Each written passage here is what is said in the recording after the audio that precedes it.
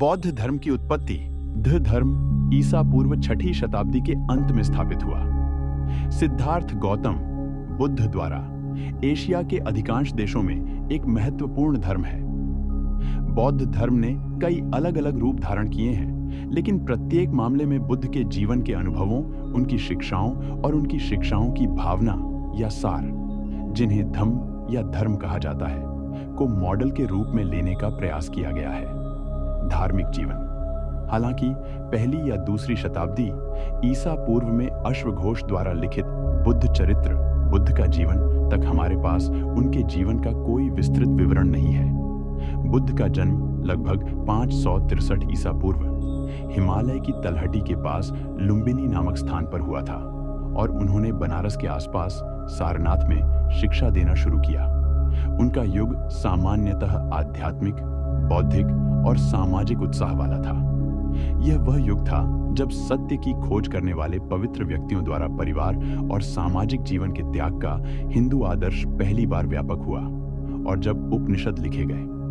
दोनों को वैदिक अग्नि यज्ञ की केंद्रीयता से दूर जाने के रूप में देखा जा सकता है। सिद्धार्थ गौतम एक राजा और रानी के योद्धा पुत्र थे। किंवदंती के अनुसार उनके जन्म के समय एक भविष्यवक्ता ने भविष्यवाणी की थी कि वह एक त्यागी, लौकिक जीवन से हटना बन सकते हैं। इसे रोकने के लिए उनके पिता ने उन्हें अनेक सुख सुविधाएं प्रदान की, लेकिन एक युवा व्यक्ति के रूप में वह एक बार 4 रथ यात्राओं की एक श्रृंखला पर गए, जहां उन्होंने पहली बार मानव पीड़ा के अधिक गंभीर रूपों को देखा। बुढ़ापा, बीमारी और मृत्यु, एक लाश, साथ ही साथ एक तपस्वी त्यागी भी।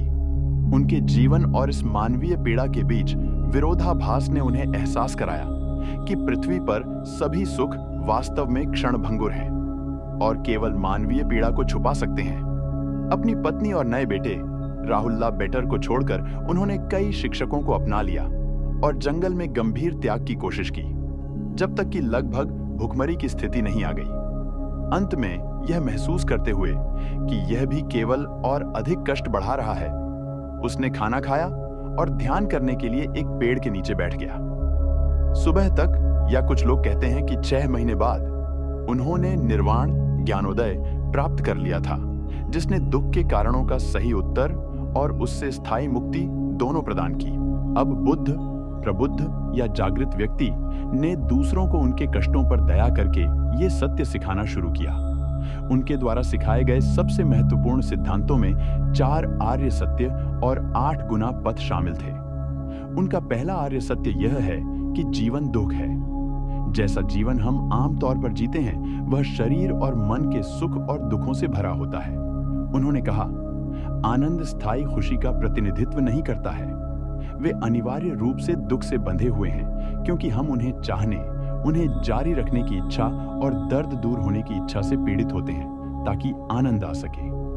दूसरा आर्य सत्य यह है कि दुख लालसा के कारण होता है, इंद्रिय सुखों के लिए और चीजों के वैसे होने के लिए जैसे वे नहीं हैं। हम जीवन को उसके वास्तविक रूप में स्वीकार करने से इनकार करते हैं। हालांकि तीसरा आर्य सत्य बताता है कि दुख का अंत होता है और चौथा उस अंत का साधन प्रदान करता है, अष्टांगिक मार्ग और मध्य मार्ग। यदि कोई इस संयुक्त मार्ग का अनुसरण करता है तो उसे निर्वाण प्राप्त होगा, जो सर्वज्ञ स्पष्ट जागरूकता की एक अवर्णनीय स्थिति है जिसमें केवल शांति और आनंद है। अष्टांगिक पथ, जिसे अक्सर 8 तीलियों वाले पहिए, धम्म का पहिया द्वारा चित्रित किया जाता है, में शामिल है सही दृष्टिकोण, 4 महान सत्य, सही इरादा, सही भाषण, सही कार्य, सही आजीविका, व्यवसाय, सही प्रयास, सही माइंडफुलनेस, गतिविधि में पूर्ण एकाग्रता और सही एकाग्रता, ध्यान। अष्टांगिक मार्ग मध्यम मार्ग के सिद्धांत से व्याप्त है, जो बुद्ध के जीवन की विशेषता है। मध्य मार्ग विचार, भावना, क्रिया और जीवन शैली के सभी चरम सीमाओं की अस्वीकृति का प्रतिनिधित्व करता है। शरीर के गंभीर वैराग्य या भोग विलास के जीवन की बजाय बुद्ध ने एक मध्यम या संतुलित भटकती जीवन शैली और ध्यान और नैतिकता के माध्यम से मानसिक और भावनात्मक संतुलन की खेती की वकालत की।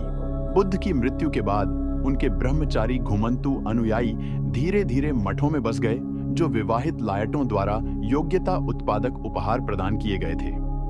भिक्षुओं ने आम लोगों को बुद्ध की कुछ शिक्षाएं सिखाईं।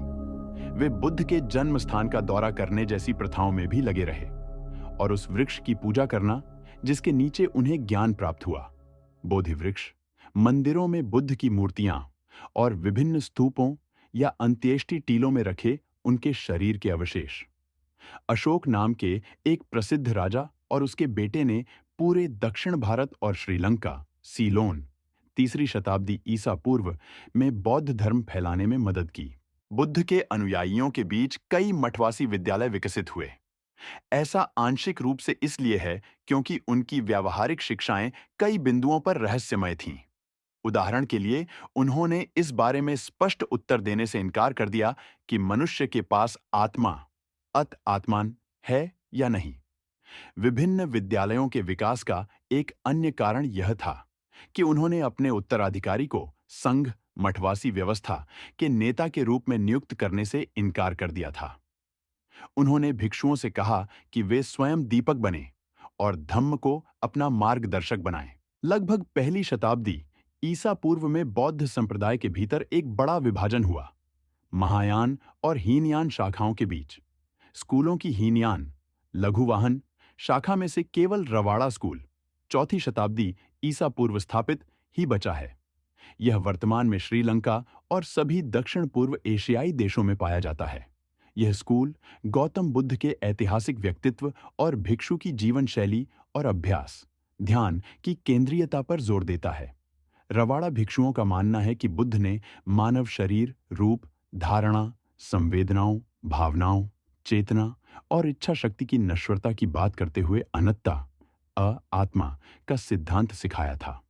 हालांकि उनका मानना है कि मनुष्य का सुधार और पुनर्जन्म होता रहता है और जब तक वे निर्वाण तक नहीं पहुंच जाते तब तक कर्म एकत्र करते रहते हैं। रवाड़ा स्कूल ने प्रारंभिक बौद्ध शिक्षाओं और नियमों का एक पवित्र सिद्धांत संकलित किया है जिसे त्रिपिटक कहा जाता है। महायान, ग्रेटर व्हीकल स्कूलों की शाखा 1ली शताब्दी ईसा पूर्व के आसपास शुरू हुई।